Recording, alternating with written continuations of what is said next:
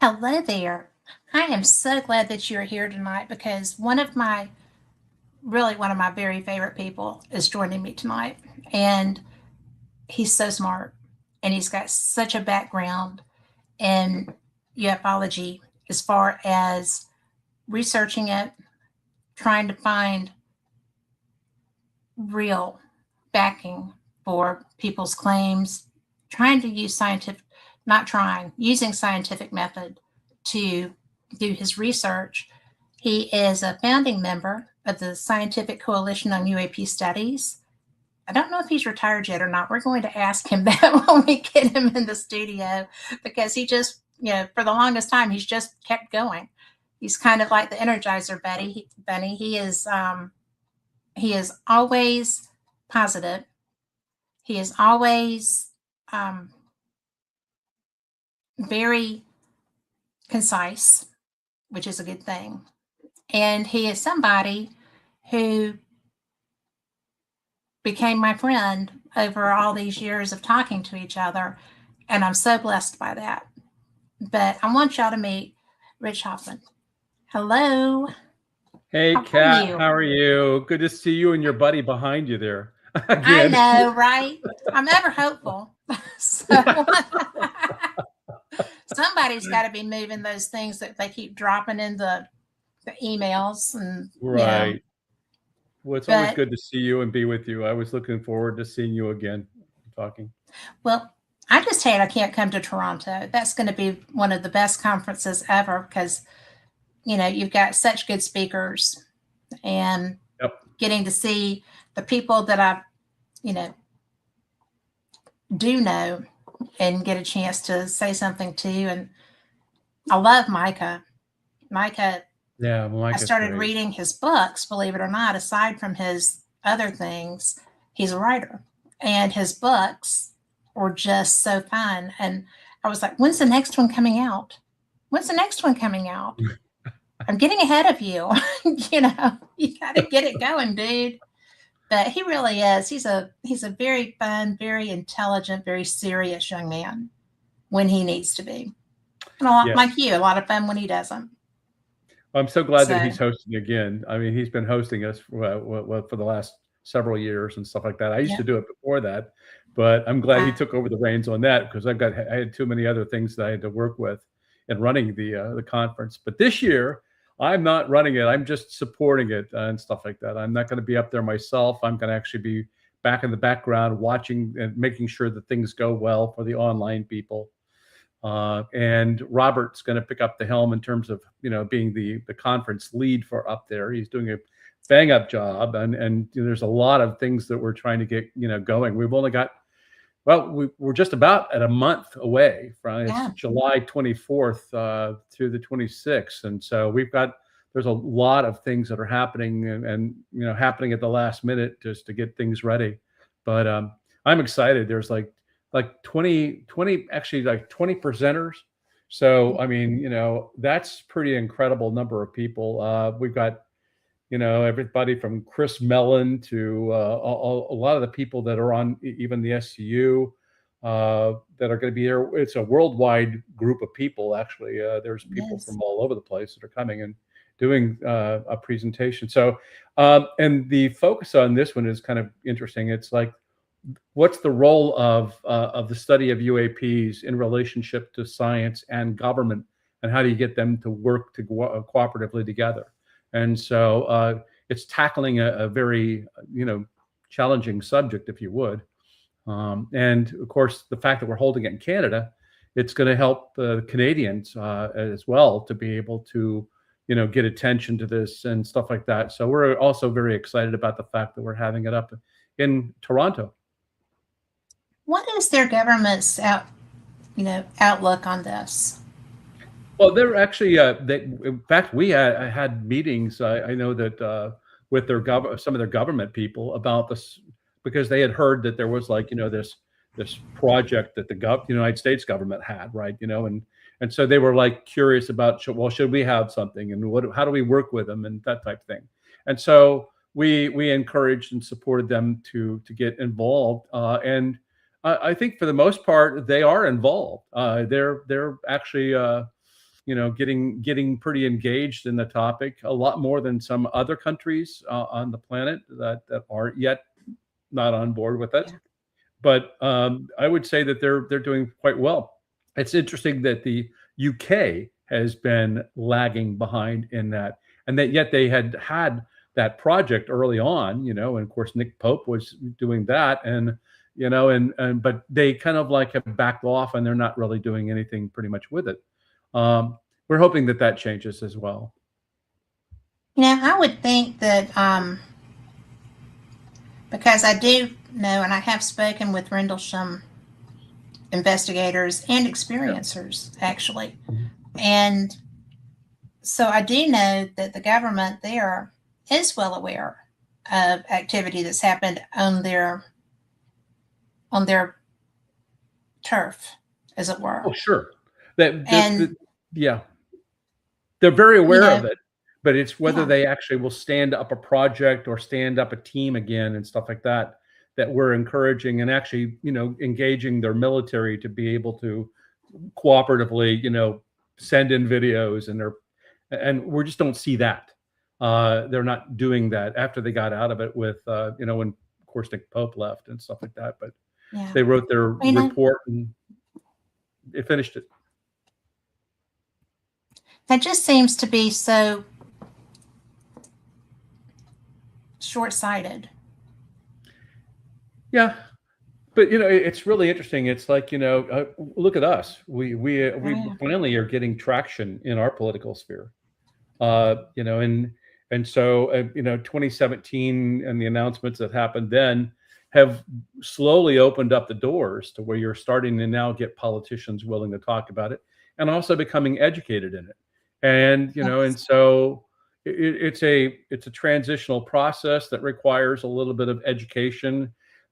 Many people, don't have an SCU organization or a scientific organization that can help feed them in good information and that type of stuff in these countries. And so they may have, just groups that get together and they talk about a paranormal and everything else, but they're not focused on UFOs. And so until you get that I guess that attention that it is a scientific matter that ought to be addressed scientifically, and then you start to see some of the doors open up, even because there's still the stigma in many other countries, even with science, and they discourage scientists from studying it. So you have that factor still in play in many other countries. I know that when I went over with Ryan Graves we went over and we represented the United States for a NATO meeting in Bologna, Italy, that when we brought up the subject, it was like, okay, well, we're kind of not there with it and everything else. And it's like, so many small countries over there don't even think about UFOs. I mean, they don't even get into the topic at all, or UAP at all. So it's going to be a while, is what I'm saying. Yeah. Well, and a lot of them are waiting for the United States to make a statement. Did you know that? Well, actually, I did know that. And if that's what they're waiting for, I think they're fixing to get it.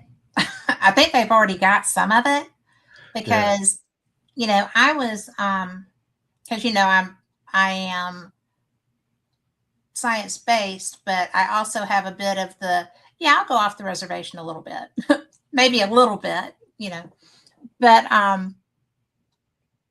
went to, was it 2 years ago? I was at the Scottish Paranormal and UFO Conference. Mm-hmm. And it was so small and so awesome because one of my friends was presenting on the paranormal side. Malcolm was the guy on the UFO side, and they had a witch that was there doing another side. And I was just kind of like, this is quite varied, this is very varied, but it was so small. Yeah. And it was at the University of Glasgow. And it was interesting because I've been to probably all of our big conferences in the US. And I was not expecting that scenario because it was in what would be the student union here and outside of the cafeteria of it. And there was a small stage out there. And it was interesting because that was my first time meeting Malcolm anyway. But it was, I mean, I was surprised Philip Mantle could have come too. I mean, he's within a train ride. Right. And there's so many people that could have, that are there, you know. And I don't know if Philip's traveling anymore, but. Yeah, I heard he wasn't feeling too well or something like that. There was some maybe health issues or something. He's been having that for a little while now. But he's just such a nice man. I'm sorry, that's an aside, but he is a very nice man too. He befriended me years ago and started sending me their UFO people and some other he knew. And it's really interesting because there's so many people I want to ask what they think about these files being released. And I'm not even sure they're seeing them yet. Well, that's very true. I mean, there's a good number of people that are not even aware of these things or don't even really care that they're out there.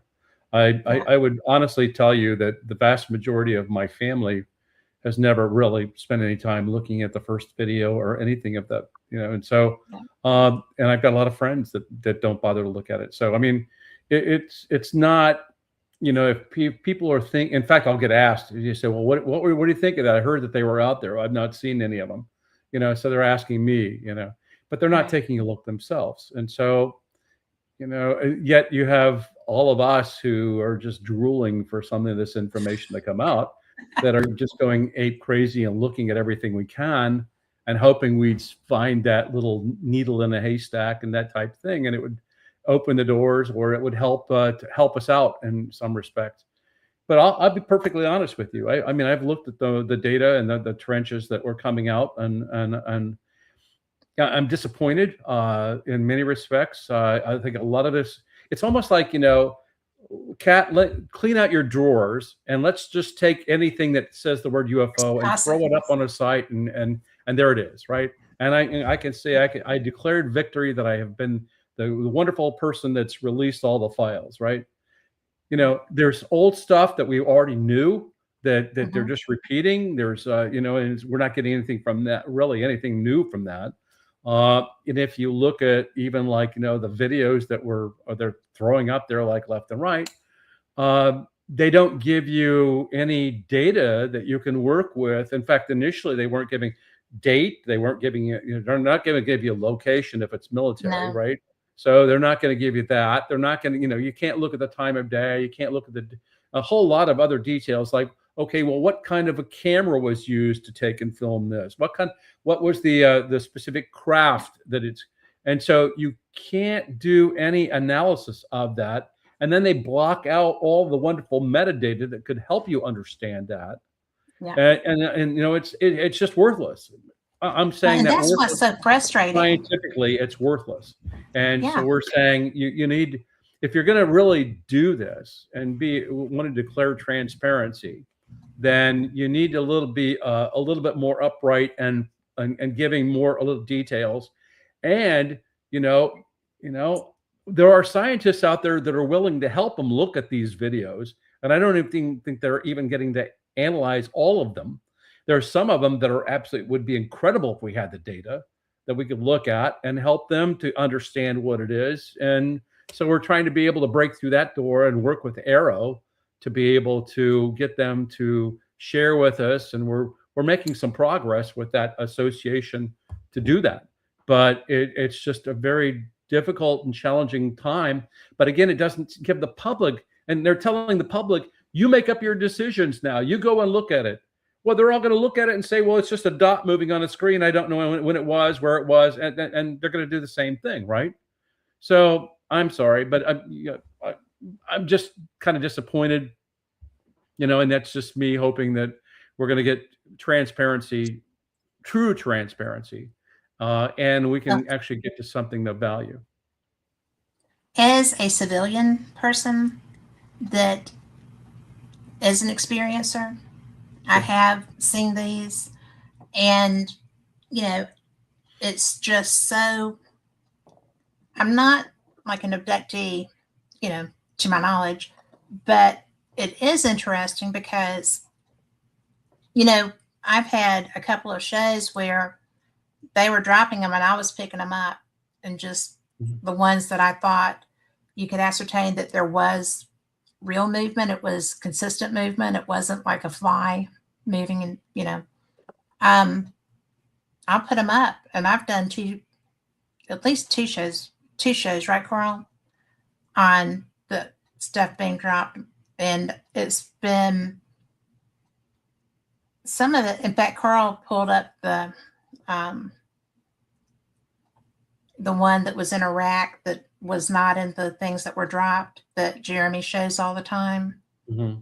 And that one, the jellyfish, that one to me is just bizarre. I don't think that's anything.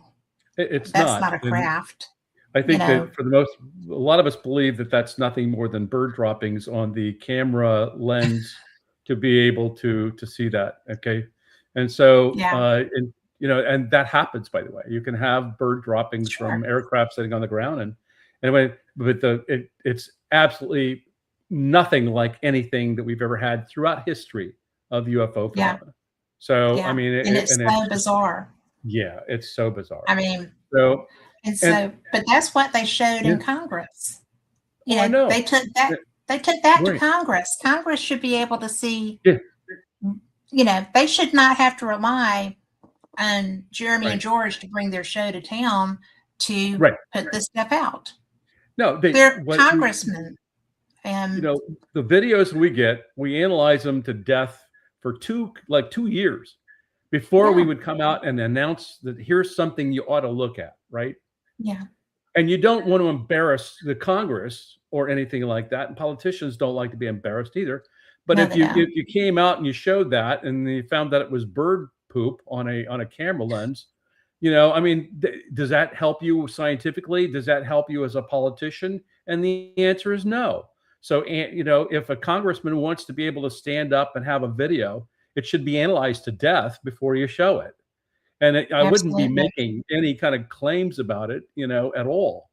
But that's not what's happening. They come in with Jeremy and them giving them these videos, and they just get it, and bingo, it's up, and everybody's seeing it, and that's just not what you want to do. That is the reverse of everything that MUFON stands for. When I was with that, you investigate it first, and then you come up with your conclusion, and then you say what it is and do that. Okay, so I mean, that's just common sense. Scientific method matters. It does. And I mean, and I know that there are a lot of things that people see in the sky that get misidentified. And if you haven't really done the due justice of ruling them out, then you're doing a disservice to the entire UFO community and field. Well, to humanity. Well, and humanity. At this point. Because I mean, I hear you. I have a question for you, though. Go ahead. Well, the Gemini tape, the NASA tape, that's the audio. Yeah. And the going pilots. Back to the early days. Yep. And, I'm sorry, I find it hilarious at one point because, the pilot's just cruising along in space, right? Yeah. And, his radio transmission comes in, I have a bogey. And the operator's voice goes, "Did you say you have a bogey?" I mean, and that to me is probably the closest thing to, that probably was, because this guy didn't know what was going to be out there when he got out there in the place. And, then you've got the heat from the craft that's doing things, I'm sure, to the environment that he's going through. And so, but there is stuff happening. There is a change that's affecting his environment that hasn't happened that we know of before. And then he's got what he judges to be a craft or something that is unexpected. But the guy's voice that responds to him was great. I mean, did you have a bogey? And that to me was probably the tape that I thought, that's the one that caught my eye or my ear, because those people didn't go up there expecting to find anything else moving that wasn't astrological. You know, they went up there to test their craft, right? Yeah. To see if they could survive up there. One of the things that we've learned about space is in these space missions is that, number one, space is dirty. Yes. It's very dirty. In fact, my concern is that we're going to continue to have micrometeors that are going to be piercing, different kinds of equipment and stuff like that, causing problems. But space is dirty. When you say micro what? Microparticles or micro, cosmic rays or that type thing. But you have space is just a dirty, very dirty environment. And if even most of the meteors that we have that are pelting the Earth and stuff like that each night and stuff like that are dirt. That's basically coming through and being pulled into our atmosphere and stuff like that. And we see them as shooting stars. So the bottom line is that space is dirty. And the other thing that I'm going to mention to you is that sometimes the craft itself is leaking and it turns into ice particles. And so they have ice particles that are moving around outside of their space capsule. And they're not used to seeing something like that. They assume that space is, could be dark or black. And, and then like you see in some of the videos with NASA is that you have a thruster that engages and suddenly the ice particle that was moving this way is now moving that way, right? And you're saying like, wow, what was that? Then you have to understand that they're also looking through plate glass that's very, very thick to be able to be a good shield. And they also get interior reflections. And so a lot of the videos I see from NASA and these kinds of discussions are that they're seeing these kinds of like natural particles that are up there. They're seeing ice particles. They're seeing, they might even see another satellite, off in a distance, which is a big concern. And then now we add to it space debris, and space debris from, has now become a big time problem, and it's continuing. It's going to get worse as we have more collisions or anything like that of our spacecraft. And the more we keep sending up, these spacecraft and satellites and various other things, again, the more debris that's going to be up there. So I, to be honest with you, I haven't seen a whole lot that, to me, other than just somebody saying that they saw a bogey. If I had evidence that there was like something there, or I could somehow analyze it to find out if there was something natural or not natural, then, that would be better than just me saying, hi, I saw a UFO last night or whatever. And that's you've got to have something to go with that. And so again, anecdotal testimony is not going to help us out. I saw something last night is not going to work. You need to have more evidence or proof or something to go along with the fact that you did see something last night. And we need it, a lot better than what we're getting in terms of blurry photographs. And so, that's where, again, we've got to make improvements in our data collection methods and the tools that are out there in the world right now that we're encouraging people to use and that are being developed, by the way, for UFO tracking and detection. We're hoping that that's going to help give us some serious solid answers. And it's going to help us to discriminate from the things that are known so that we can find the unknowns that are out there. Is there anything besides, we need to talk more about what's being developed to do that, because that sounds exciting. Yeah. Well, in January 7th, 8th, I think, was it January or February? Anyway, I think it was in February now, come to think of it. We had a technology summit that I helped host with the Human Institute. And we had something like 34 presenters, and we talked everything was about technology and the use of technology and what's being developed and being deployed.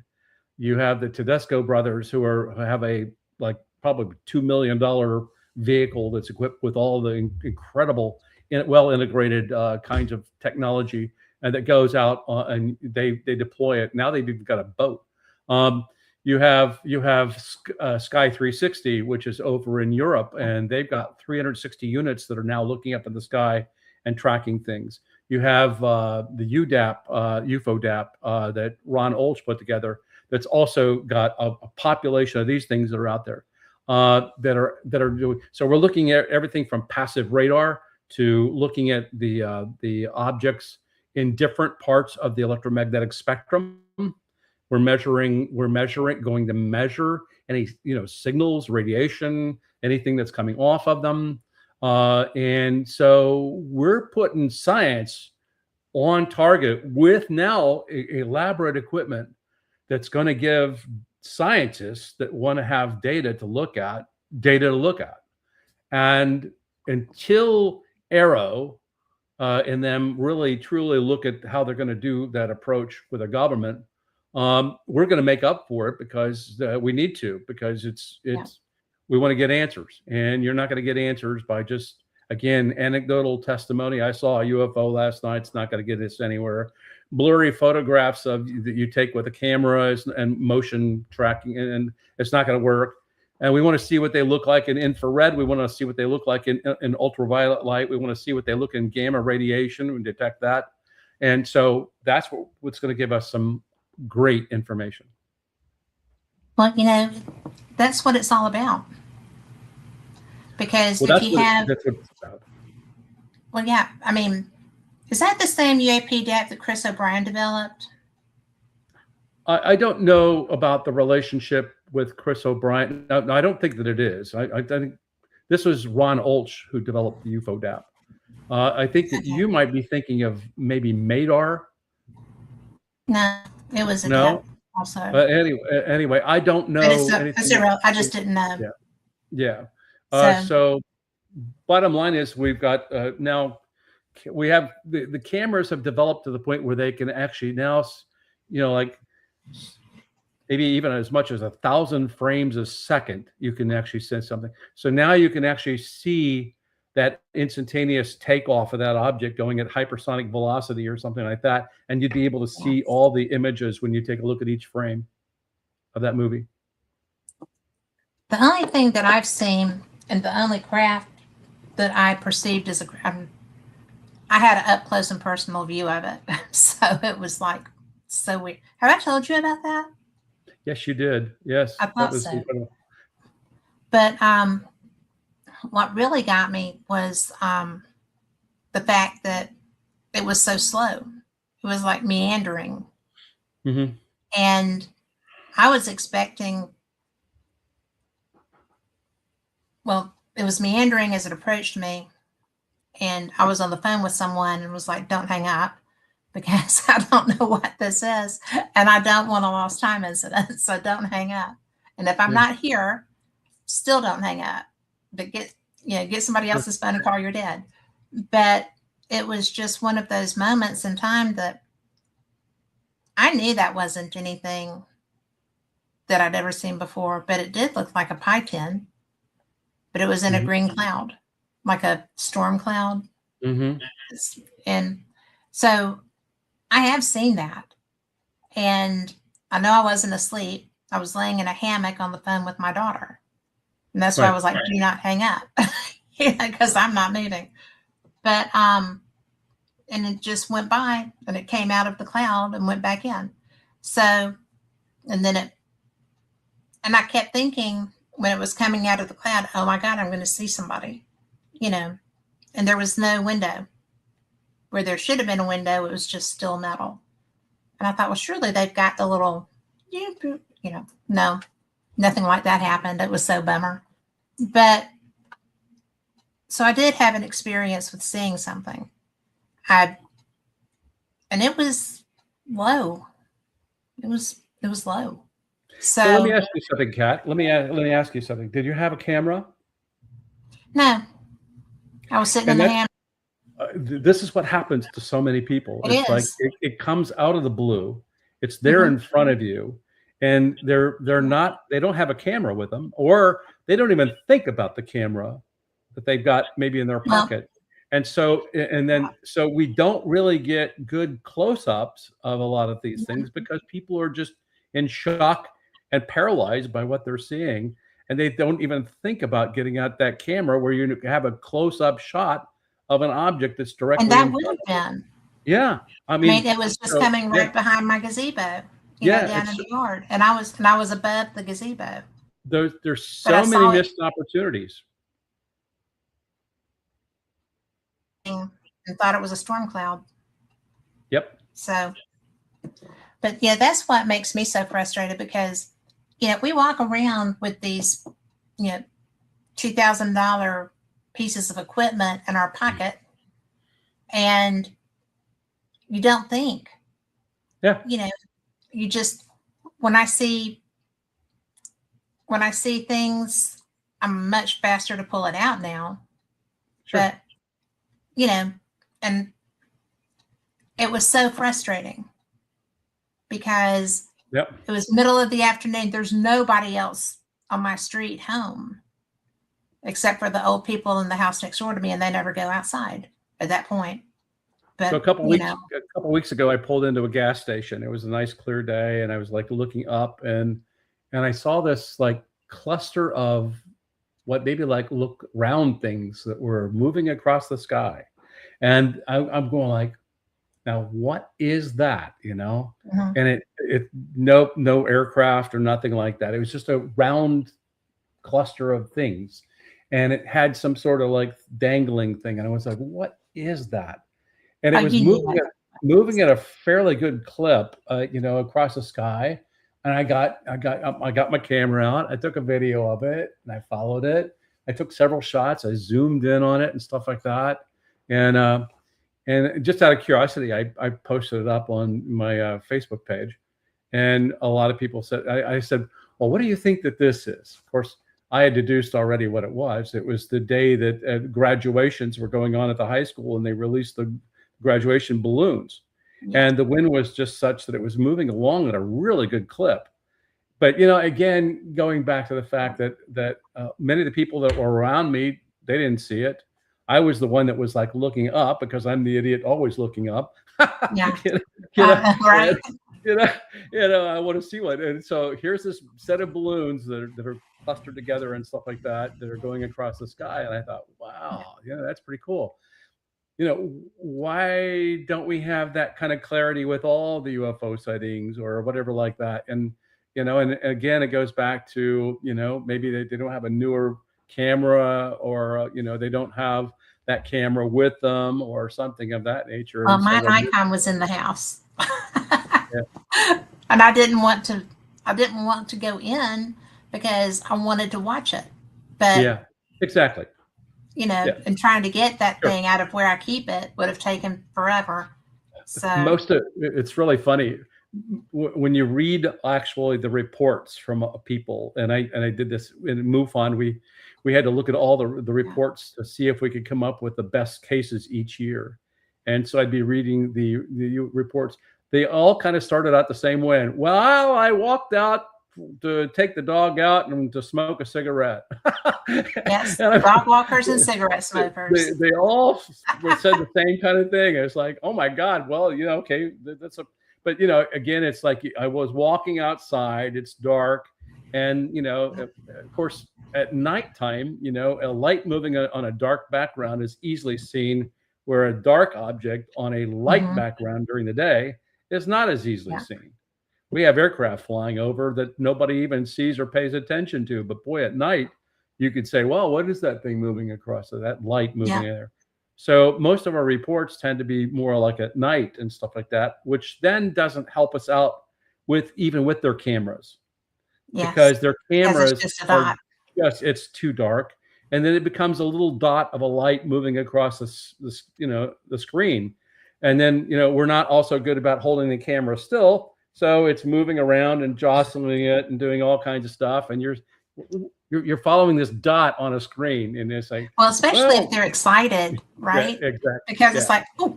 Yeah, exactly. Yeah. And so that's a problem. And then it's out of focus.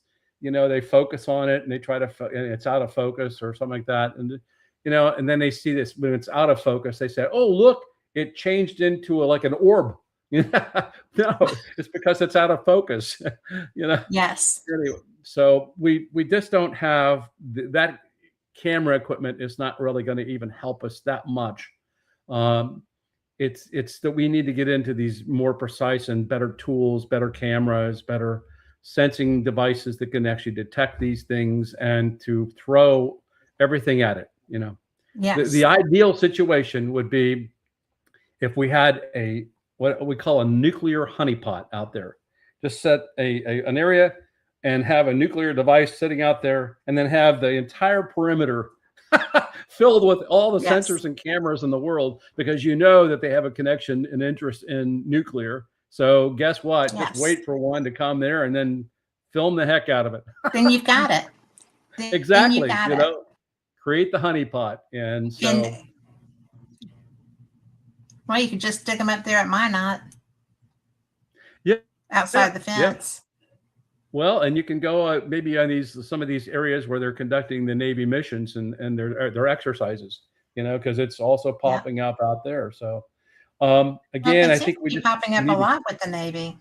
Yeah. So just equip yourself to death, and go out there and figure out what it is, with all those sensors and you can come up with, all the cameras you can come up with. Catch this thing in any kind of way you can, and then share it. Be rich and famous and retire. Yeah. Forever. And by the way, I am retired. So just to let you know, you were asking about that. Yes. I retired last year at the end of September. I decided to hang up the Army IT world stuff and to focus on retirement, travel, and everything else. So that's what we do. Well, I love when you travel.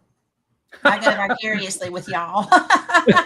And it's fun because, you are, you go to Germany like I go to Scotland, right? You found a place you like, you're going to go. Right. But you just have so many adventures and y'all are both so much fun. And thank you. I just love how y'all love each other after all this time, and you just go and just want to spend all your time together, and it's just so nice. Thank you. Everybody hopes to find that. I'm lucky that I did, but it's hard to do it. Yep. And I think it's beautiful how y'all do that. Just saying. Thank you. Definitely. Well, next year we're going to go to Spain for a wedding in Madrid, and then we're going to go up to France and go to Paris, and we're going to do a Bordeaux cruise on the Viking, and then come back to Paris. And so you'll have a lot of photos you can look at on Facebook. I will love that. My dad loved Provence. Yeah, so beautiful area. That's where they would go. And I'm going to slide this into this little slot right here because I just noticed that I don't want to lose you at any point. Of course, it would be nice if I could see the slot, but I just think that I live for y'all straps. I do. I sit there and I'm like, oh, where are they now? What are they doing? Yeah. And and it doesn't always pop up right when y'all start. So I'll get to catch up because I'm not online as much as I used to be. Okay. Which is okay. It's a good thing. Well, tell me about your travels to Toronto, because there's more than one venue for this year, aren't there?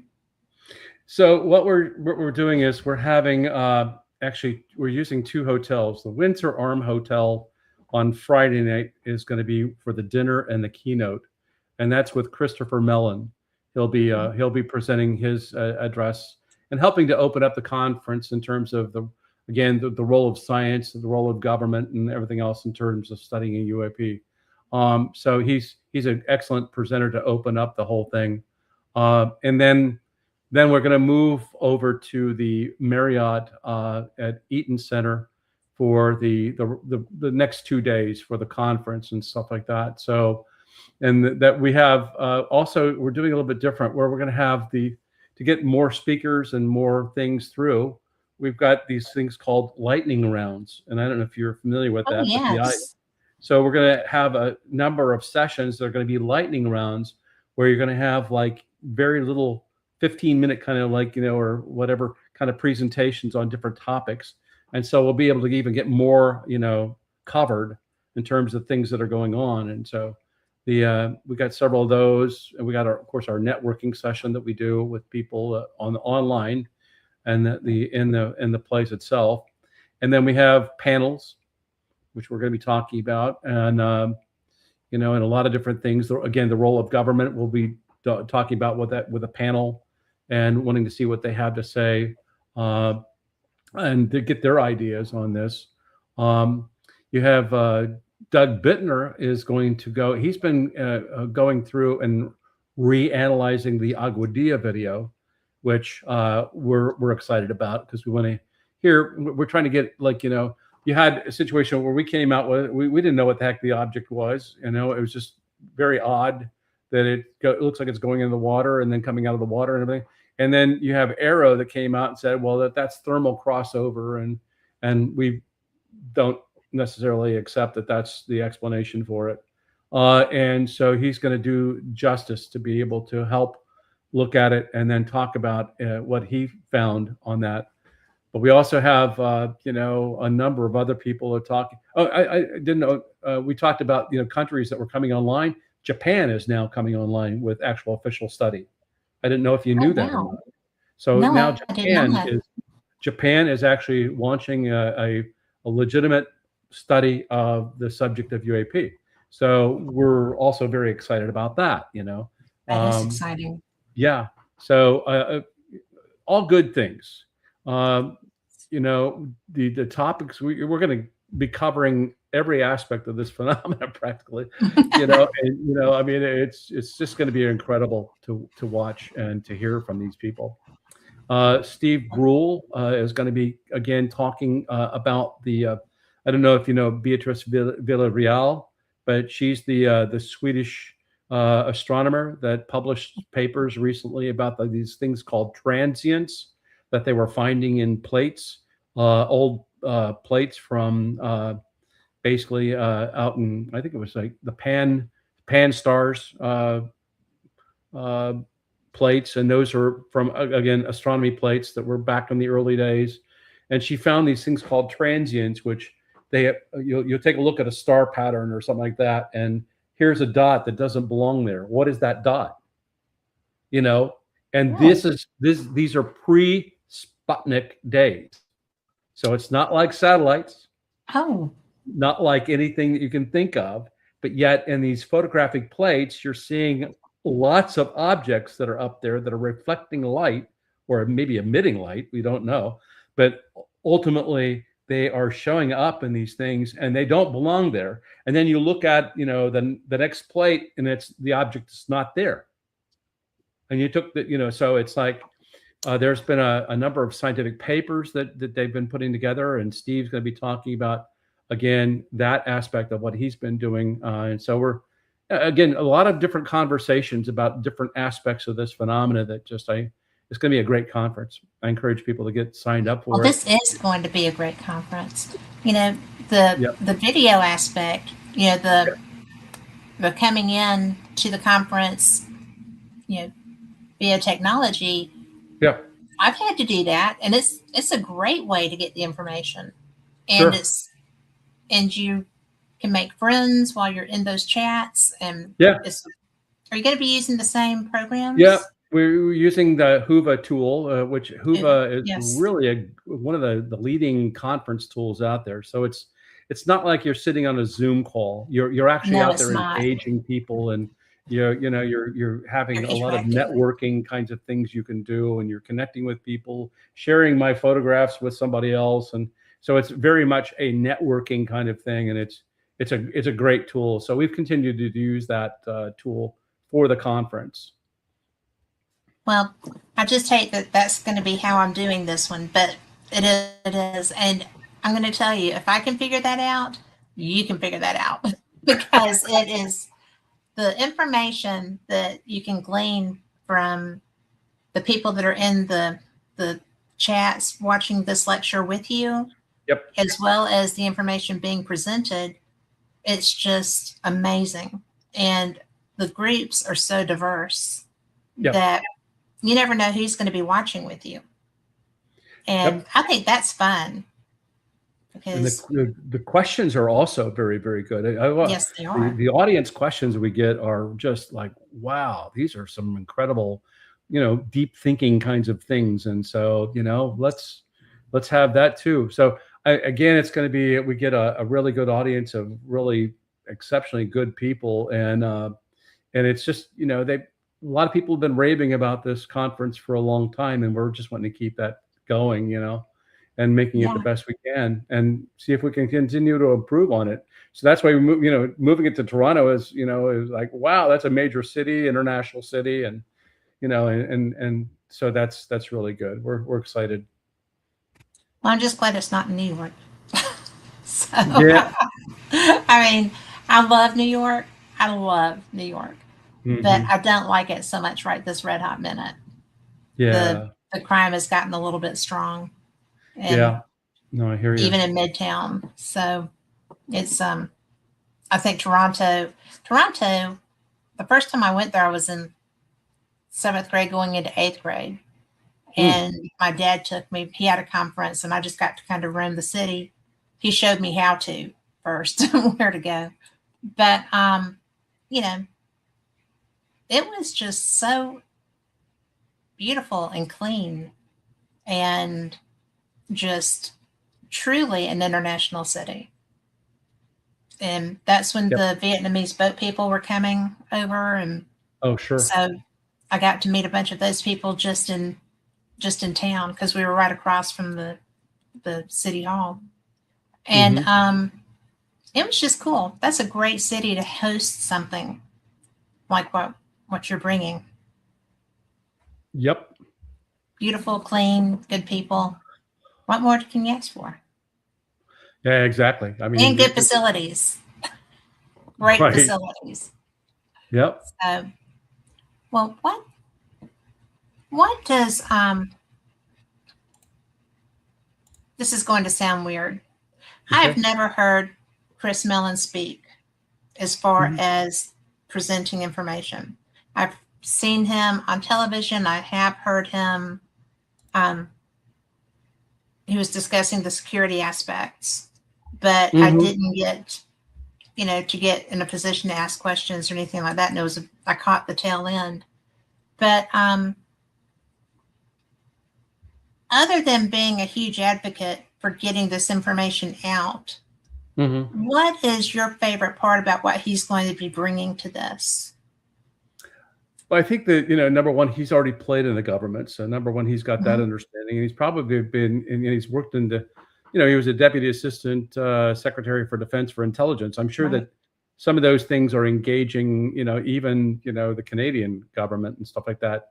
He, was excited about even being able to go to Toronto and stuff like that. I think it seemed like he has a relationship with somebody up there or something. I don't really understand it, but anyway.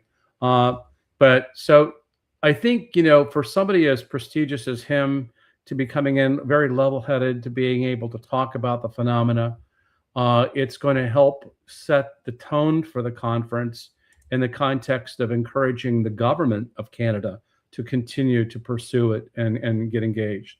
We've got the Canadian Broadcasting Company that's actually going to be coming and filming and stuff like that to help get the word out. So what I'm seeing is that the fact that he can, it's like breaking the ice and breaking it open, and it'll be very, very instrumental for us to be able to help them, encourage them along in the Canadian government to do something with the topic.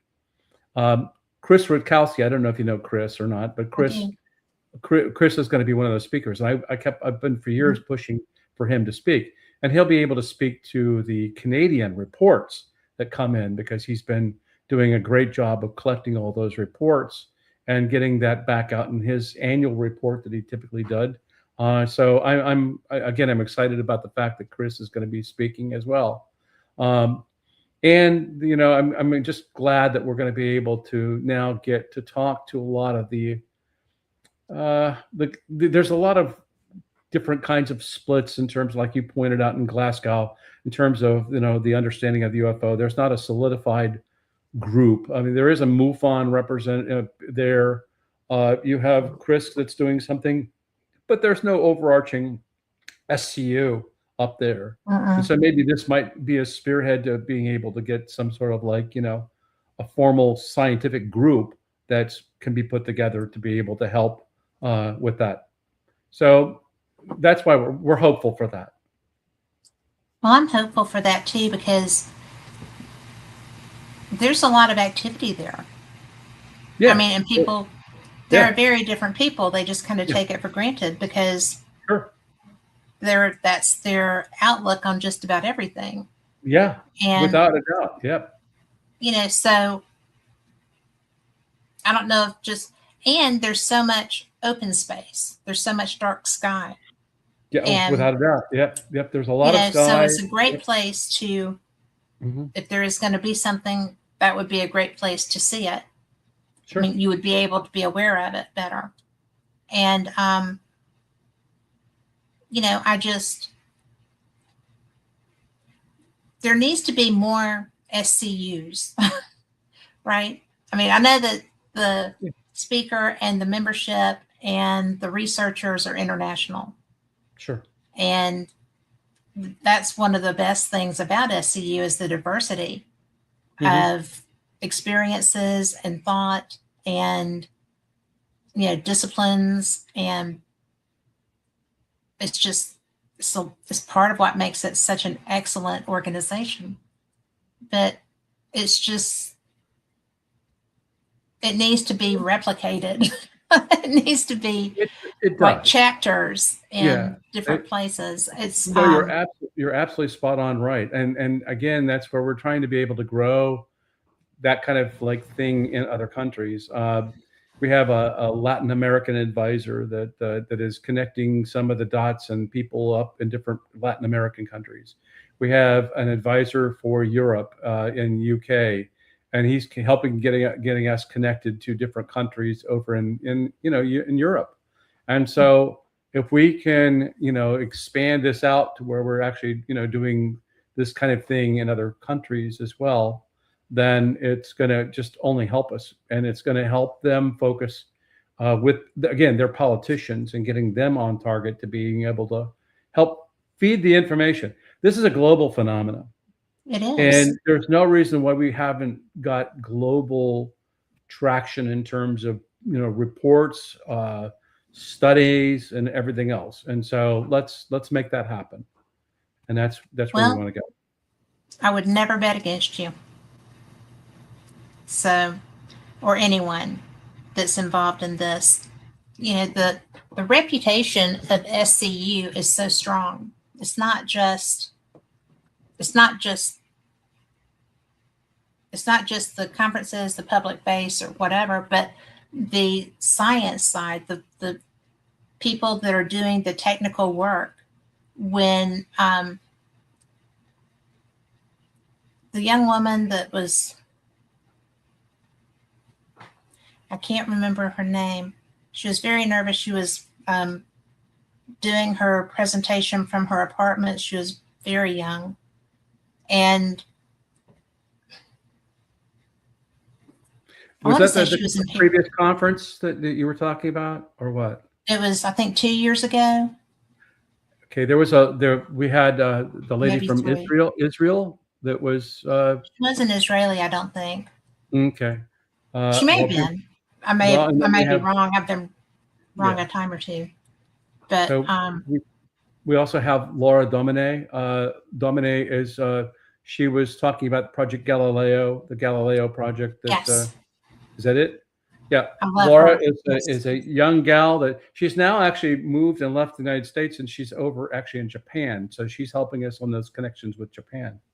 That's excellent. Yeah, but she's still helping out with, I guess, the Galileo project. I believe that she's doing that, and she's also, you know, again, a very, very critical part of, you know, we want to be able to bring in young blood and young talent. And she's a young lady that just got her, she's going for, I think, her dissertation for her doctorate, or she is a doctor.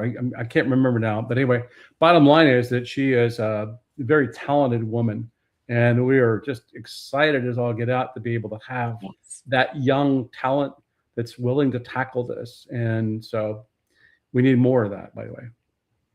Well, a lot of the researchers that are presenting are young. Yeah, yeah. I mean, this generation is on this, and you know, it's really interesting because when I was growing up, the little boy next door had a Apollo capsule tent, and we played space, and we went to every Final Frontier. You know, and when he grew up, he writes for Star Trek Next Generation now because that's all he wanted to do. He's a script writer. And that is somebody, you know, that's an example of this generation, my generation, the old people are still into it and about it. But they're leading, my daughter was in his screenwriting class. And she was like, you know him? I was like, you should talk to him about Star Trek. Just saying. But he's also, also a Skywatcher, as are most people if they get the chance. And he's, you know, he's looking for craft. Sure. That's all he's interested in. But it's just so interesting that now the people that didn't grow up, you know, with the Final Frontier kind of thing feel that it's the final frontier or another frontier and worthy of research. It's so cool. And it's real research. It's scientific research. By the way, I was going to tell you that Laura she's completed her PhD in 2023 in physics. So again, I just want to let you know, point out that this is the kind of talent that we've got that we're bringing to this thing, and it's really incredible. We got talent to be able to now use machine language and artificial intelligence to support it. Oh gosh, yes. And that type of thing. And so when you have that, and then you have data that you can actually like look at, scientific data collected, collected, and everything else, it's going to just move us that much further down the road in terms of our understanding of this phenomena. What discipline do you feel machine learning? To me, that's just amazing. That field is a little freaky, but so cool. Because, I mean, I grew up where, you know, inside the machine kind of thing, Florence, but it's so interesting to contemplate. I mean, I play with AI, but I just play with it. But you know, I want to find out what it says. I'm just still testing it. So this is where it's really incredible. Think about this for a second. You know, when UAPX is an organization that's now been rebranded. It was the original Kevin Day program, and then it went on. And anyway, bottom line, UAPX has now reinvented its University of Albany X, and so they're actually now going to be doing more research at University of Albany. So there's a college that's actually getting engaged with the topic, right? Much like you have Würzburg, Germany, with Hakan Kayal. So there's a number of universities that are coming online, and we're encouraging academia to actually get engaged with the topic, right? And they're starting to do that. But what I was going to try and tell you is that, you know, imagine this: you've got like hundreds of cameras and various sensors and things like that. And they're running 24/7 around the clock, collecting all this wonderful data, lots of data, you know, Yes. and they're doing it for 5 days in a row, right? So now you want to go sift through that, all that wonderful data. Well, it would take, you know, a team years to probably go through all that wonderful data, right? You can teach the machine by using an algorithm to go through and look for the highlights that you want, and also to discriminate the objects that you don't want. So machine algorithms you add to it can help you weed through all those thousands of hours worth of all these different devices, and then come back and say, well, this is what you want to look at. That's the power of the machine language and machine learning that we're talking about. And we need to have that. Yeah. So we need to have that. And then in addition to that, if we ever get into truly quantum computing, we would know it in even shorter amount of time, the answers to it, and even a lot more. But, so that's where it's going to be really beneficial to helping support analysis and research that we've got going on. That's wicked cool. Well, and then take a look at the fact that, even what Stephen Brule is going to be talking about, remember those plates I told you with those transient little lights on it? Mm-hmm. So they have all these plates. Well, go out and sort out all the ones that are just these strange objects, a certain thing. And so now you use that for that. So it helps you to be able to pull that together and to do an analysis of all those little lights that you see all over this plate. And it can take out the dust particles. It can take out this. It can take out that. And it gives you the objects that you really want to get. That's ridiculous. That's so cool. I know. And that's the fun of this, that technology yes, that's the technology that we have that's advanced to that point, Kat, that's going to help us to get through all this wonderful stuff and to be able to do something with it. And, you want answers just as much as I do. And again, we want to have a better understanding of these things, of what they look like in all these different parts of this, like I said, the electromagnetic spectrum, but we want to know what their heat signatures are. We want to know if they have radiation on them. We want to know if they disturb the atmosphere when they move in the sky. And if it does disturb, what is it doing to the atmosphere? And how does it not break the sound barrier when it drops at 44,000 miles an hour? How does it do those kinds of things? And we'll be able to actually get that with data from this technology that now is available to us. And that's what we want. Well, that does it. I'm going back to school. So, well, I mean, seriously, could you imagine? Yeah. Trying at this point, 64, stepping in and trying to get a handle on that. I know. But it's so amazing. There's so much to learn. You're not too old to learn. And you're never too old to learn. I always encourage people to keep learning and keep open and to do that. I just am, I'm always doing something like reading something or listening to something, educating, as much education as I possibly can on these different topics. So it's really, really, it's fun for me. Well, it is fun. And I've got another 4 months before my education is free. So I am going to be re-enrolled at UAB, but good. To learn all the things that I wish I had learned then. Yeah. So that I can understand the things I want to learn now. Right. But and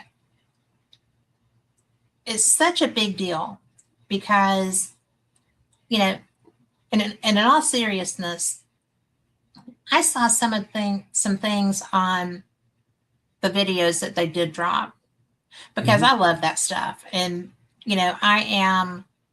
I am all about trying to find something that really is something as opposed to just, here's the shiny object, and meanwhile we're doing stuff over here. I want to see what is odd. And I got frustrated with all the little round balls of light. I agree with you on that. Mm-hmm. But the one that got me in that first drop was the one that looked like a citadel. Mm-hmm. It was just, and I'm like, is there a spider web on a camera somewhere that's got this pattern to it? Or what is this? Because that was such an unusual, I've never seen anything like that at all, with all the things in ufology that I've found in my research. Mm-hmm. And so when I saw that, I was like, I've never even heard anyone describe this. Right. Ever. Yeah. And exactly. I've been doing this show for 5 years. I've done paranormal experience. Right. I'm fixing to hit 11. And I've talked to a lot of people about this. Mm-hmm. And I've never heard anything like that described. Right. And so in my 62 years, I've never seen or read, I've got all these books and magazines and things like that going back to 1947. I got Fate magazine. Right. Yeah. I've been doing that, and I've been investigating thousands of cases and stuff like that. Yes.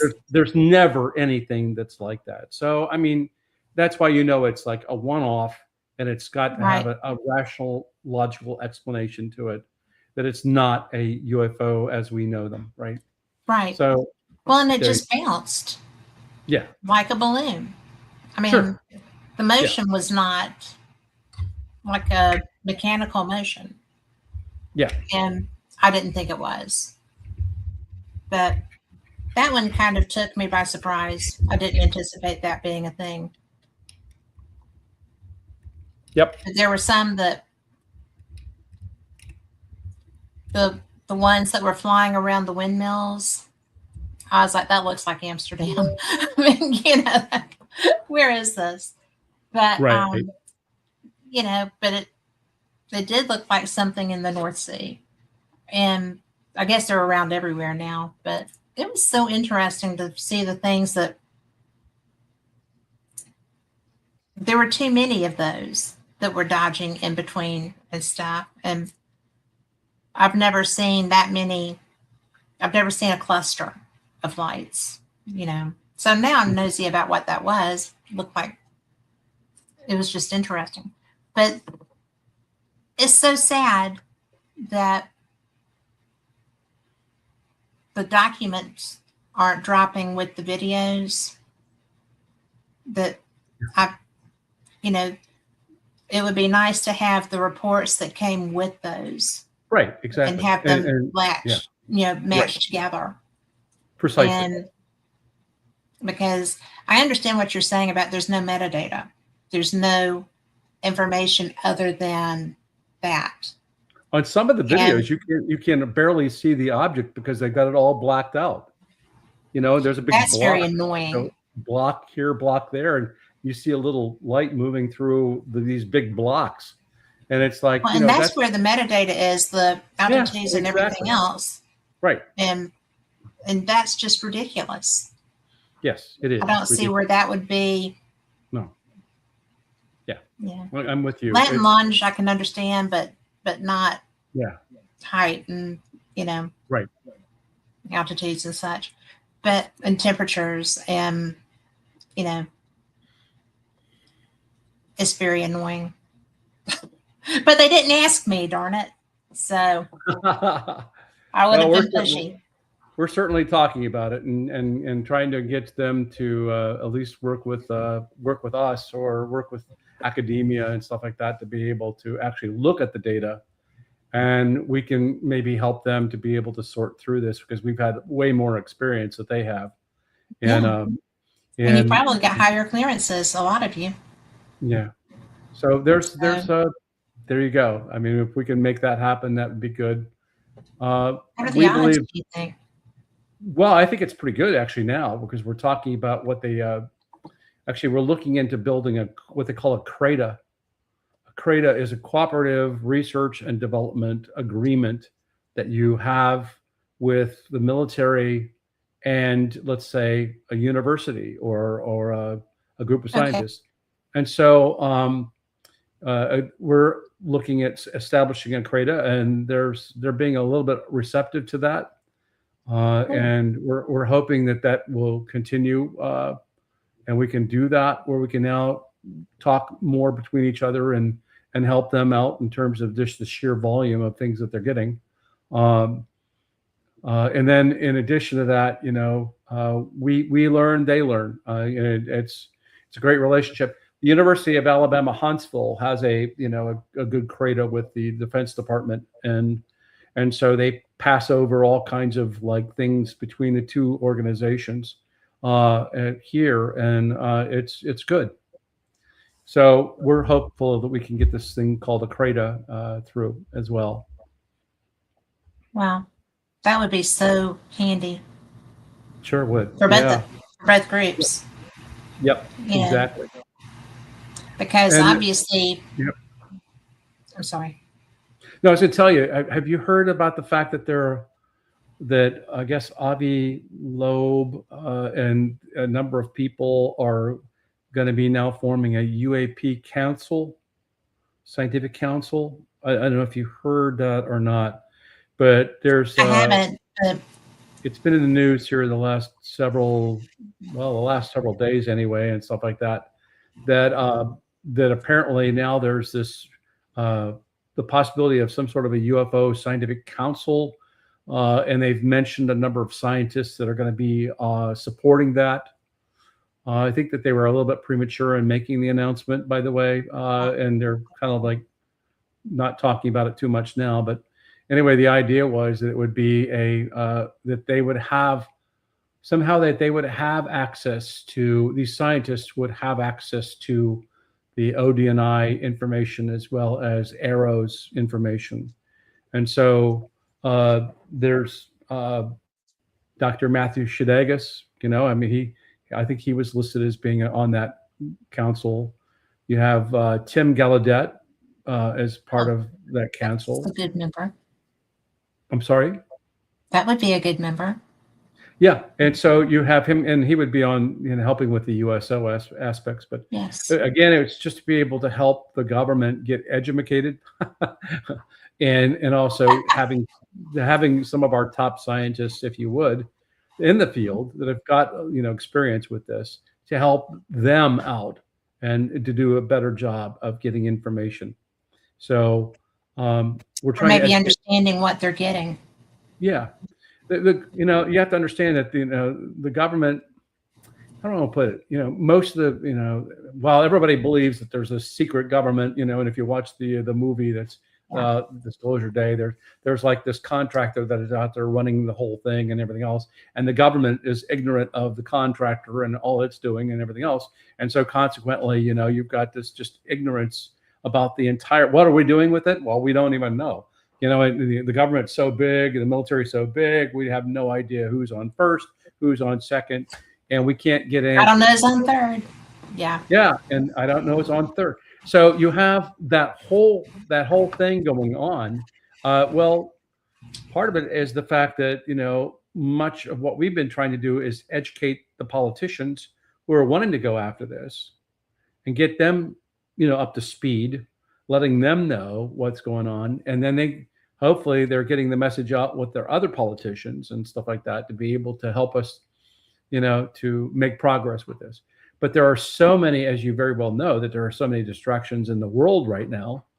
That serious ones. I mean, so UFOs or UAP are down here at the bottom of the list of things that we need to be worried about, right? So it doesn't get much traction that way.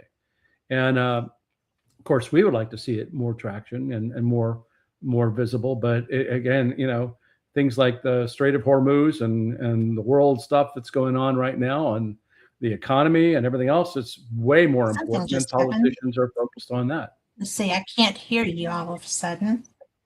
Bear with me just a sec.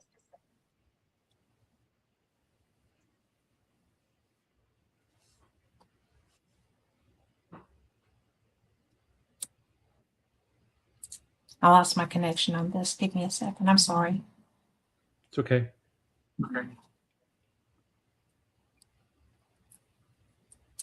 I can hear you if you want to keep talking. I just can't hear you appropriately, and other people will hear. Oh, okay. Well, anyway, yeah. So, I mean, again, it's just it's an important thing that we do educate our government and everything else in the topic, and help us to get answers. And so that's where we're trying to go. Well, I think it's really exciting because when we first met and we were talking about these things, right, many moons ago, you really helped educate me on this. And I absolutely love that happened that way.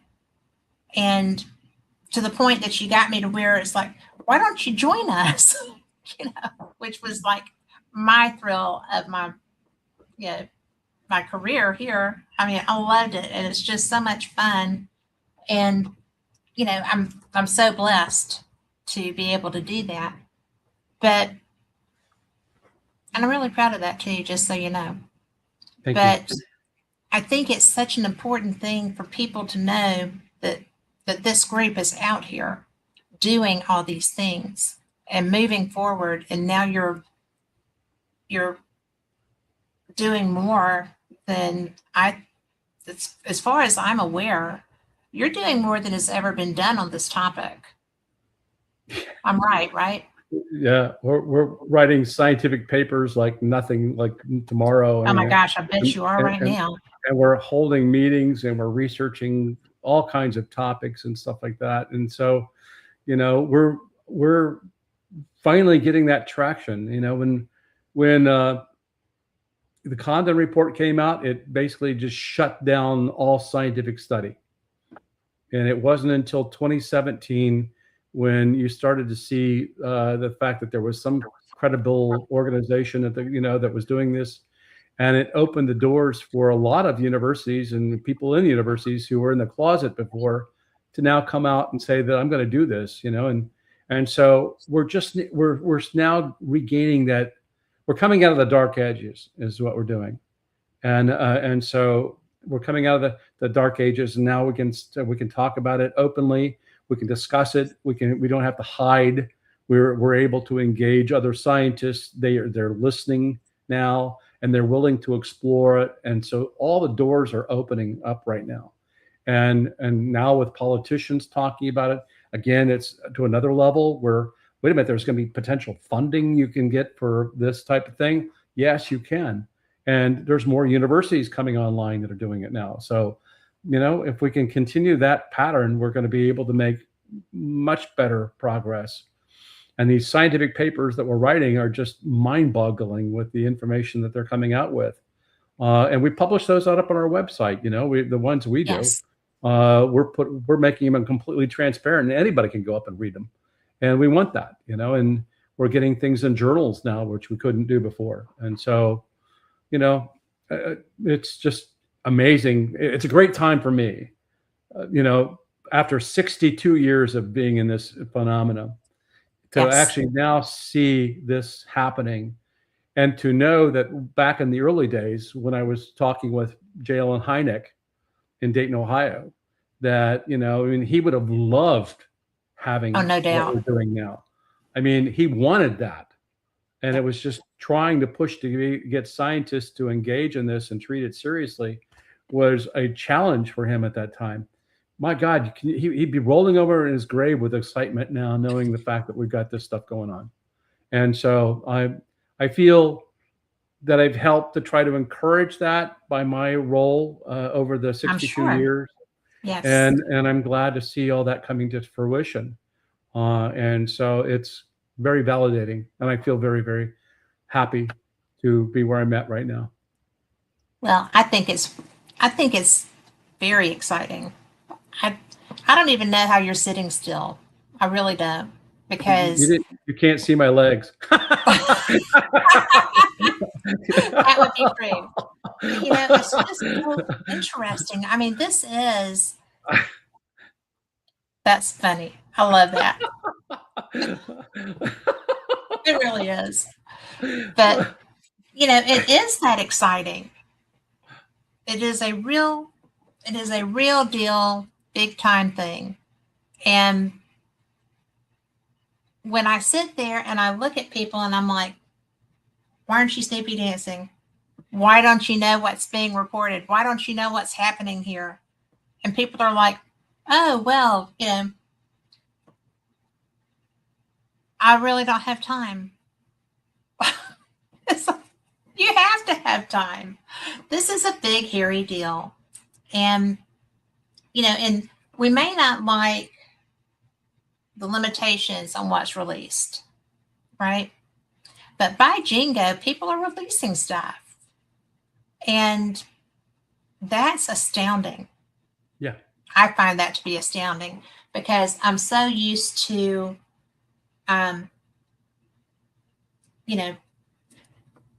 Stanton Friedman was a dear friend of mine.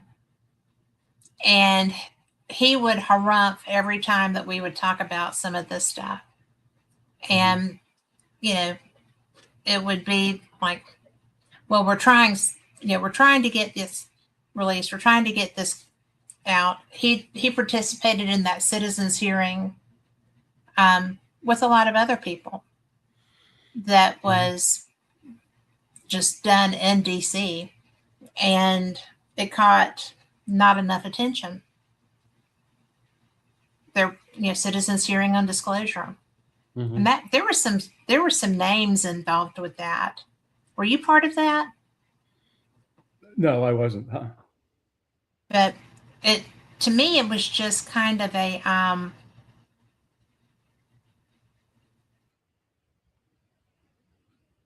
they were credible. He was a physicist. I mean, there were Chris. All these people were part of that. Yeah. Dolan, there were a lot of people involved, a lot of MUFON people, a lot of credible witnesses, and it never gained traction. Right. And when I was watching the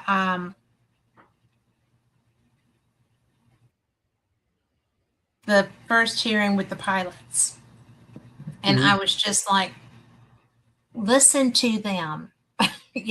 This was a transmedium vessel that was a vehicle that was out maneuvering our best pilots. Yes. These are our best pilots. Yeah. And if that's another nation doing this, we've got other problems. You need to listen to them. Yeah. Right. And I didn't feel like it got, whether it was, outer space or not, it didn't get the respect that it deserved. Although Nancy Mace will always be my favorite just because of her face when she don't ask a question you don't know the answer to, right? Right. Are there, remains? Yes. Are they human remains? No. Biologics. Are they human biologics? No. Don't ask if you don't know, because that face was priceless. And that alone should have gotten a lot more, interest than it did. And I don't understand why the public hasn't been screaming louder. I don't hear a roar where we are now, to an extent. Yeah, there isn't. And again, I go back to, I know so many people that are just dealing with life on a day-to-day basis. Yes. That really could care less about UFOs or UAP because they're not a part of their life. And so what good does it for me? What does it do for me? I don't see them every day. I'm dealing with trying to pay for my farm. I'm trying to be able to do this. I'm trying to make a living. And, the interest and just even focusing on this topic is kind of like, well, it's usually going to be someone who saw a UFO because they have an interest in it or had an experience, like an experiencer, that wants to know more, and they're attuned to that. And yes. But but there's so much of the public that just doesn't really care at all, and they don't read a book on it. They might have a little bit of slight interest, or they see it on the news and they say, well, okay, that's great.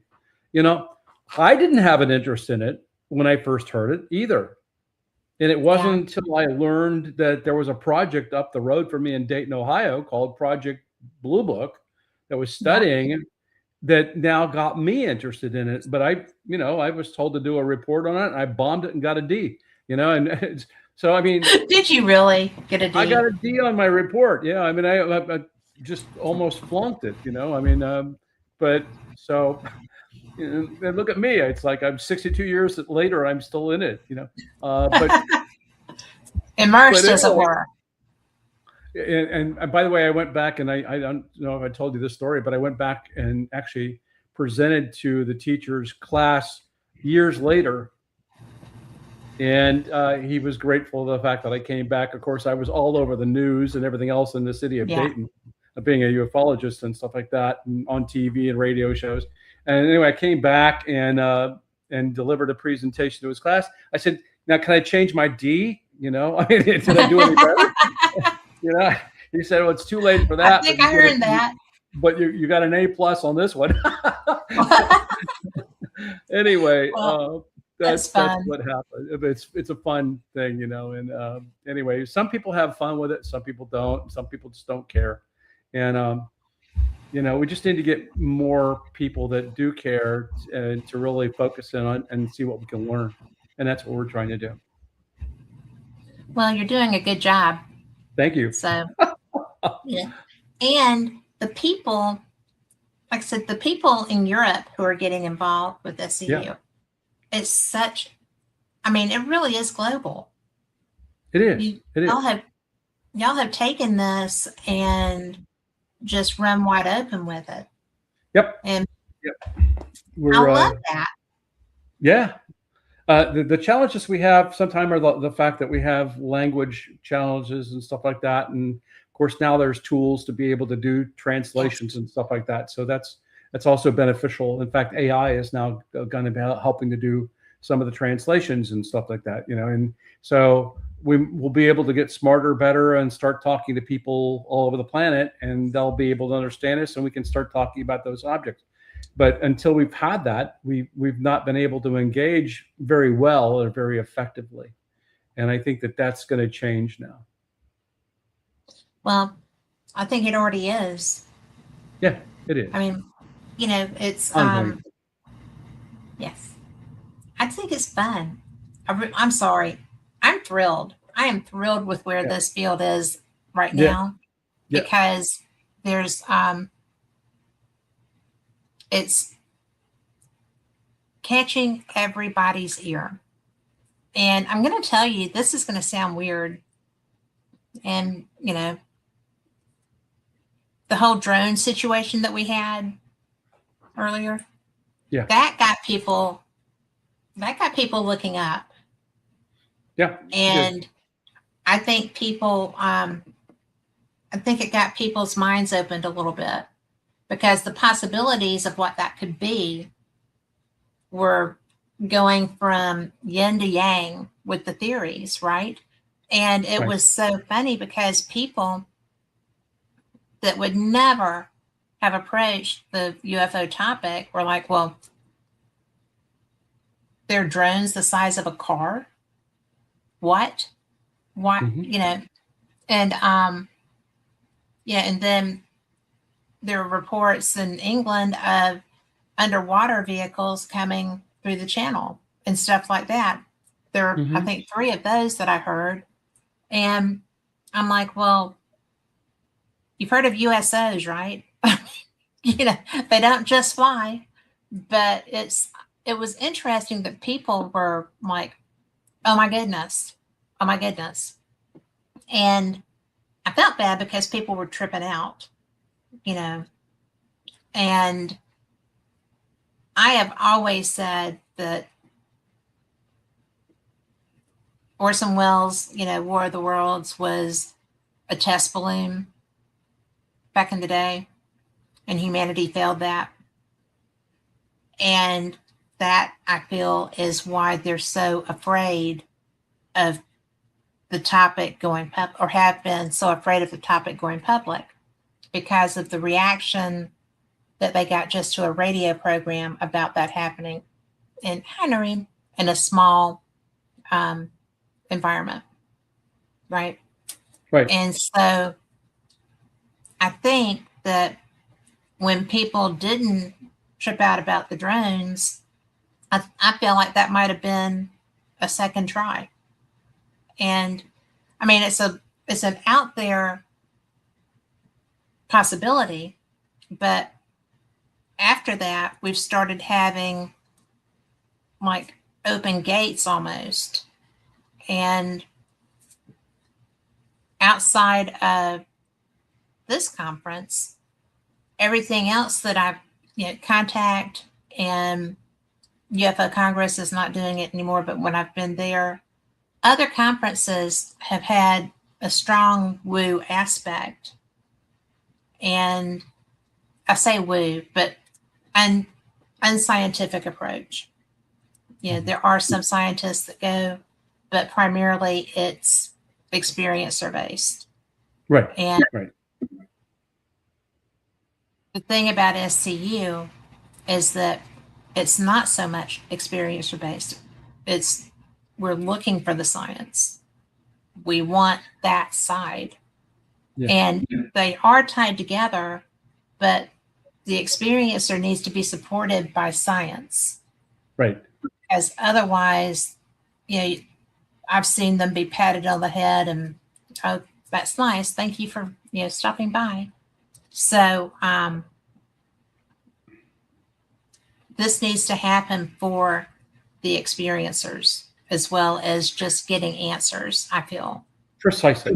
And so, I look at this way. I was the state director for MUFON for years. I actually had Alabama and I had Mississippi. I was also a state section director in Ohio and Dayton, Ohio, and stuff like that. Looking at all the reports and going out and talking to witnesses and stuff they're all looking for some sort of validation of the fact that they're not nuts and they actually saw something, right? They're looking for validation. And so, if we, and then, with the whole experiencer thing like that, you have a situation where you keep looking at the experiencer and saying, well, can you bring me something off of the craft? Can you bring me something, I can look at and actually study, and nobody comes back with anything. Or if there's nothing that it's just a story, and maybe I've got a couple marks on my body, but I can't deduce what the marks are, how is that going to help us to be able to do anything in terms of our understanding of these events, right? Exactly. And so science can get its arms around maybe the vehicle aspect of it, because we can look at that, we can measure that in the sky, it's being repeatedly seen. Not as much maybe as us seeing the beings, but nevertheless, that we can see the craft, right? So if we, can validate the fact that there is a legitimate experience going on, with there's real objects up there, then that does nothing more than just help validate maybe what the experiencer base is having. And then we have to figure out, how do we get the experiencer base measured and studied and scientifically? And there's so many people that I had cases reported to me that were coming in and saying, well, I got this lump on my arm and stuff like that, and I think that I was abducted. And the thing would be the size of a golf ball. Well, if you know anything about the implants that allegedly the people were saying, it wouldn't be visible, right? It'd have to be seen. It wouldn't be a size of a golf. So, no, it would be. And then you go to the medical community and you say, well, can you study this and find out whether it legitimately is this? And they're going to say, well, yeah, give me your insurance. Well, who's got the money to be able to pay for you looking at that golf ball size thing in the arm to actually do that, right? And do they know how to go after that? And so you get what I'm saying? It's like, it's a hodgepodge, and and maybe you want to get that looked at because it's medically a problem and you may have cancer. Or I know, like right? And so again, you just don't know how to approach it that's going to be helpful scientifically to measure and to look at it, and to get doctors that are trained in, well, psychology or the medical fields and stuff like that, willing to do this, right? And and there's until you get that figured out, you're going to struggle with it, that the experiencer aspect, because you just don't know how to go after it. And Well, yes. that's our biggest our biggest challenge. And they do. Yeah. I mean, there's a man, he wrote a book. Yep. He was the consul for, I think he was in the Philippines. He was out of Chicago in the military when he had his experience, and he found that he was a runner. So afterwards, when he would run, he would have problems, got checked out, had metal in his leg. And I saw the pattern. I mean, the man was absolutely an impeccable witness. And so then at a different place, someone else in that room had an x-ray from after their experience. And it was the same pattern and same shape of objects that were in them. And so I didn't say anything at the time because I wasn't supposed to be in that group because I was media, but I had been invited in by the facilitator as an observer because,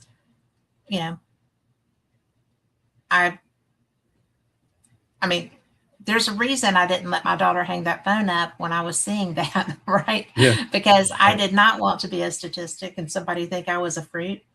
And, so I was able to say, I've seen this before, and here's the book you can find it in, and go talk to this person. And so the gentleman's name is Terry Lovelace, and I just said that, and I'm like, oh, I hope I've got his last name right, but I do.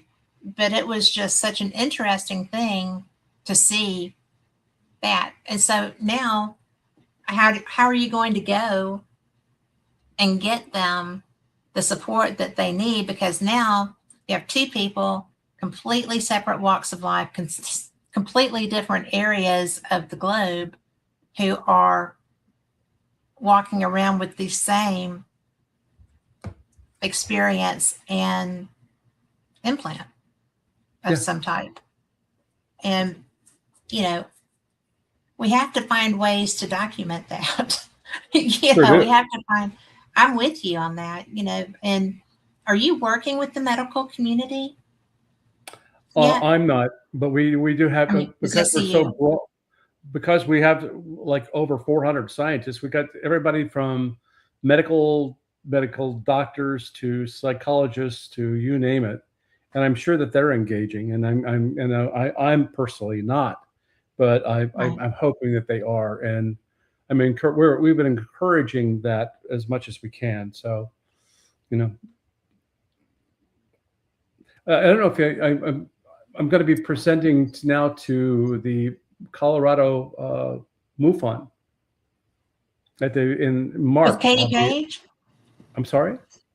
With Katie Page? Was Katie Page still with Colorado? To be honest with you, I don't know. I've been talking with a lady named Erin who wrote me and asked me and invited me. So Erin is going to have me coming out there, and I'll be presenting in March of next year to that group. I've actually presented to the North Dakota chapter, the Oregon chapter. I went to Phoenix, Arizona, spoke with them. And I've had, I think, one other group that I've been actually engaging with. So I don't know if you heard or not, but David McDonald died from MUFON. And of course, they don't know what the status of MUFON is going to be now. I haven't heard if they've got somebody that's going to be filling in for him or whatever. But anyway, I've been a lifetime member of MUFON. I'm a lifetime member, a benefactor, and so I still support the organization, and I do the best I can in terms of helping them as and continuing. John Price, who is the state director for Alabama, and I have met. We've come out and we've talked with each other, and he attended a presentation that I did and stuff like that. So we're trying to keep connected, even now the fact that we're SCU, we're trying to engage other organizations. We're connecting with SUAPS, which is the Society for UAP Studies. We're engaging them. I'm working with the Human Institute in terms of these technology summits that they're holding and doing. I haven't really. I've actually went up on the Hill and met with Danny Sheehan and Lou Elizondo, and I think that Ross Coulthart was there, and we had a number of other people that were there. Richard Dolan was there and his wife, and we had a meeting about UFOs and UAPs and what can we do to help get legislation, through. And so I support them as much as I can, and when I'm asked. And so, again, we're trying to reach out and explore these other organizations. We actually present at Seoul. That's the another organization. So we're trying to keep this thing moving, and a lot of organizations are also trying to do that. Well, it's exciting that the cooperation is there, because I don't feel like it always has been. And I feel like the old, times they are a changing kind of a thing is real now. I mean, it's so cool. And I mean, obviously with your history with MUFON, you would, but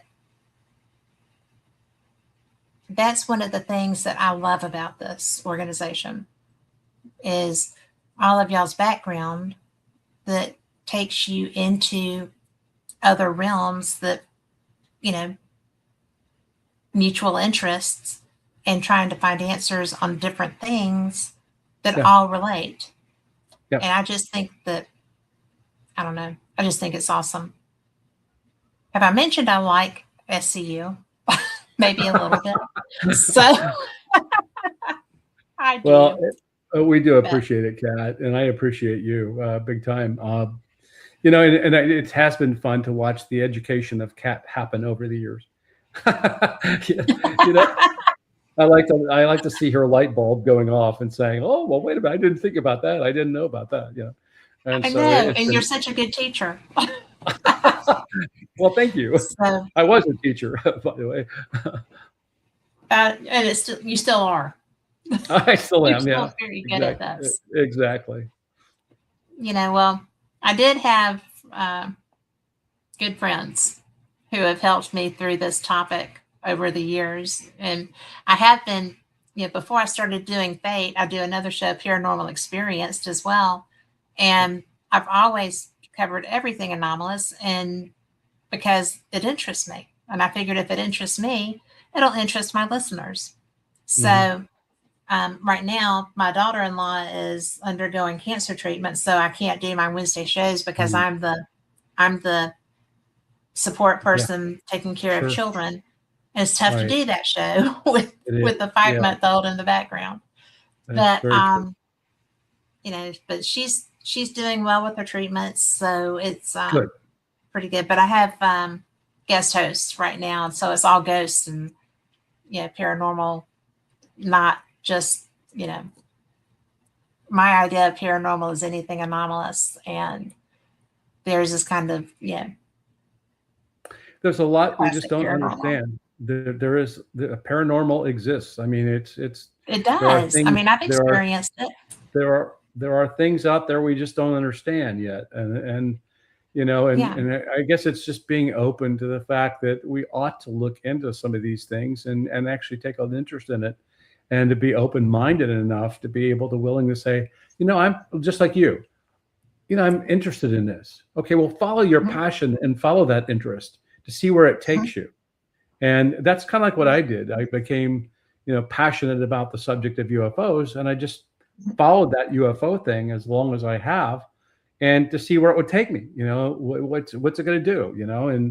And so we grow from that, and we learn from that, and we can share what we learn with others, and that's what ought to be happening every day for all the people in the world. We're all getting educated on something, right? So anyway, sorry, I'm on a bully pulpit there. I'll never feel bad for asking questions, because I was really and truly taught that there are no stupid ones. There are none. And so if I don't understand something, I need to, because my job when I host somebody is to get their information where people can understand it. Right. And if I'm having a hard time getting something, then somebody else may be too. And that's why I've mentioned Stanton. Stanton treated me just like I already knew everything. And so I had homework to do after every conversation. So I had to figure out what we had been talking about. So it was just like, not always, but a lot of times. But, and he just brought me along, right? So then, we became friends, and you are such a good teacher. I've said that already tonight, but I just can't say it enough, because you do give me those aha moments if there's something that's puzzling. And if I'm having those aha moments, so are my listeners. And it's really cool, because you've been involved with this since God was a child, and you've got so much knowledge to share.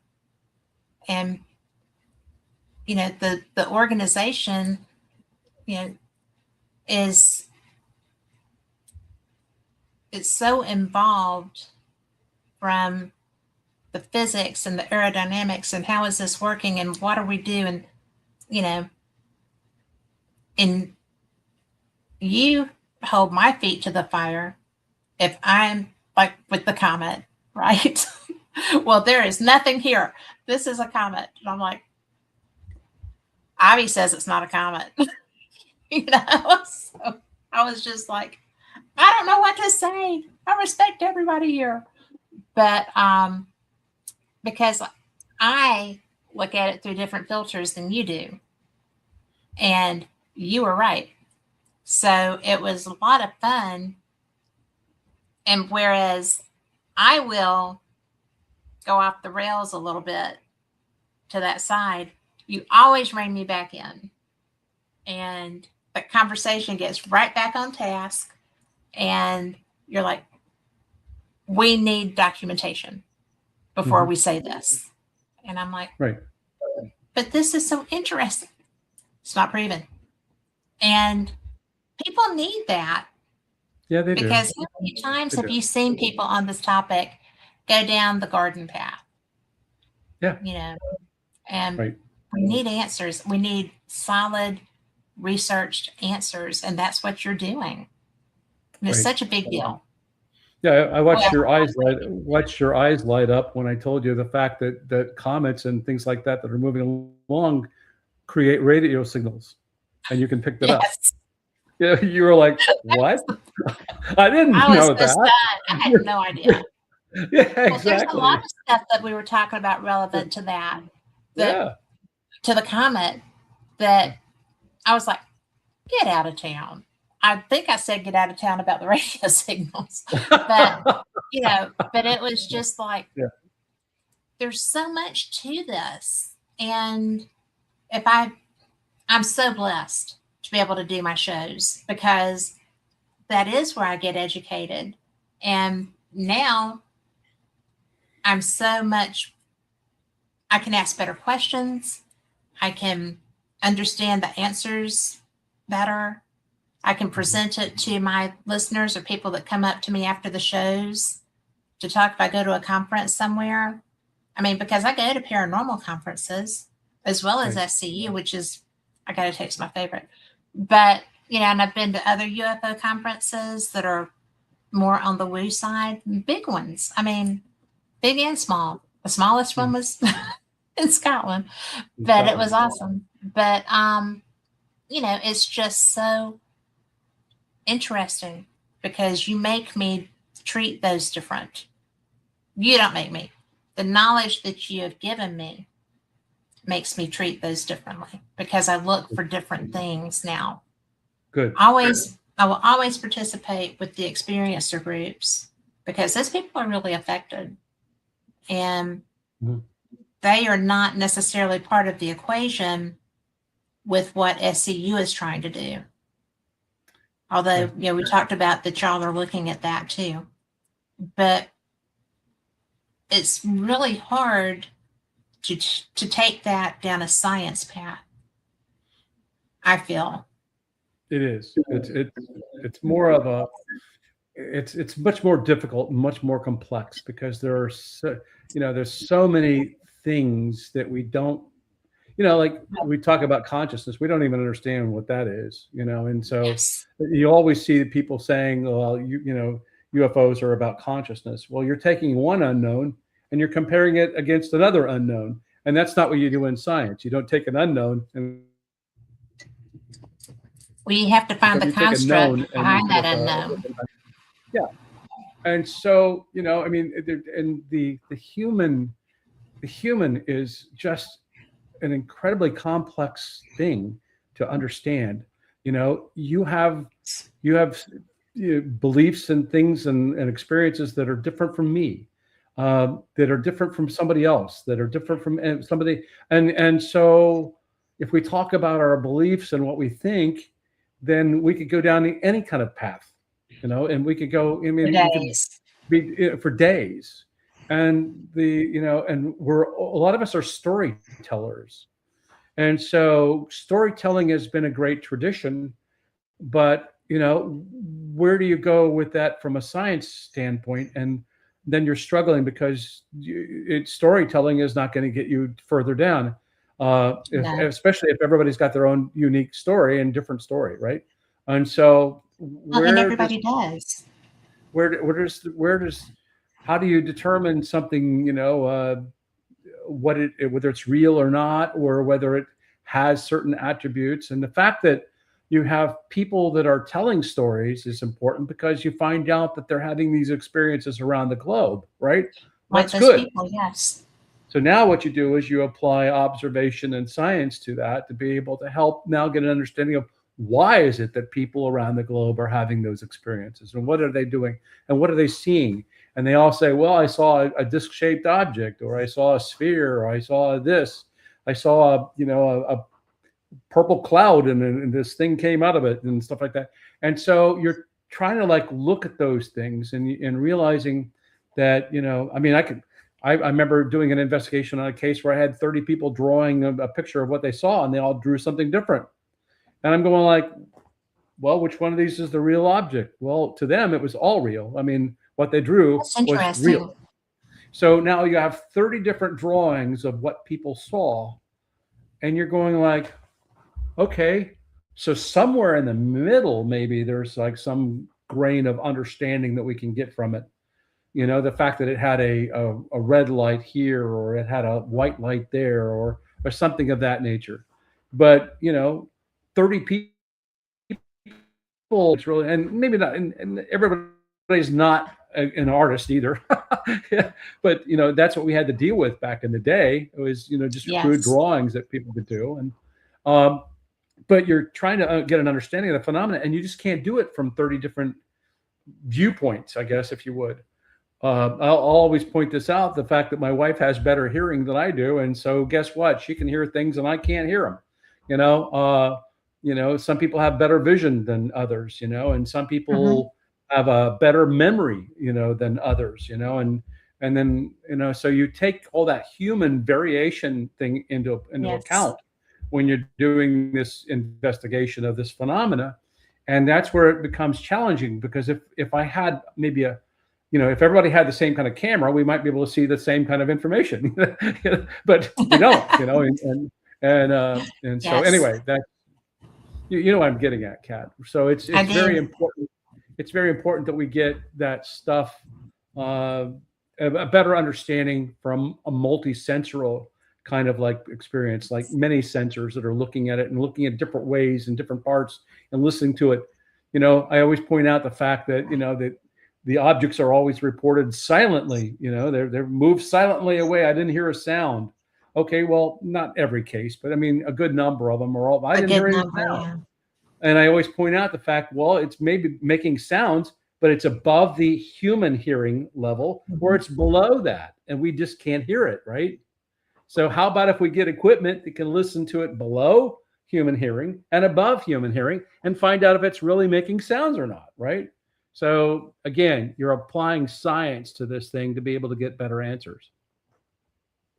Well, I said it earlier. I will always say it. I would never bet against you. Because finding ways to do things is what science is about. Sure. So, you know, I am just so,